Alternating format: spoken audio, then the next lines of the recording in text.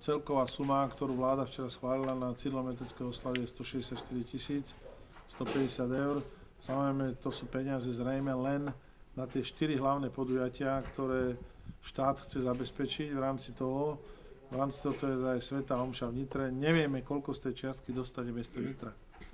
A baviť sa tu o tom, že my celoročne budeme oslavovať a budeme v každej mestskej časti niečo robiť k cieľovi metódovi a každá nezisková organizácia niečo takého bude tu realizovať veci, ktoré dnes nemáme schválené v dotáciách, je asi iluzórne.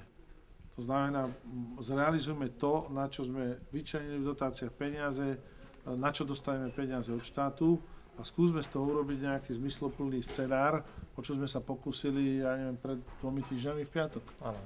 Pred 2 týždňami v piatok, kde sme sa bavili so všetkými zainteresovanými a pokúšame sa to sklbiť, že jednak budeme súčasťou celoštátnych oslav v rámci toho jedného dňa, ale na druhej strane si musíme pre Nitru urobiť harmonogram pre celý rok a len tých podujatí, ktoré dnes už vieme s istotou, že vieme aj finančne zaplatiť. A všetko ostatné je problém, pretože ja si neviem predstaviť, že niekto má na akciu 10-12 tisíc plánovaný rozpočet, dostane 1000 a kde zoženie tých ostatných 11, pretože iný zdroj v podstate nebude už len podnikateľská sféra. Ja myslím, že tá situácia ani v tomto smere nenahráva pre realizáciu takýchto aktivít.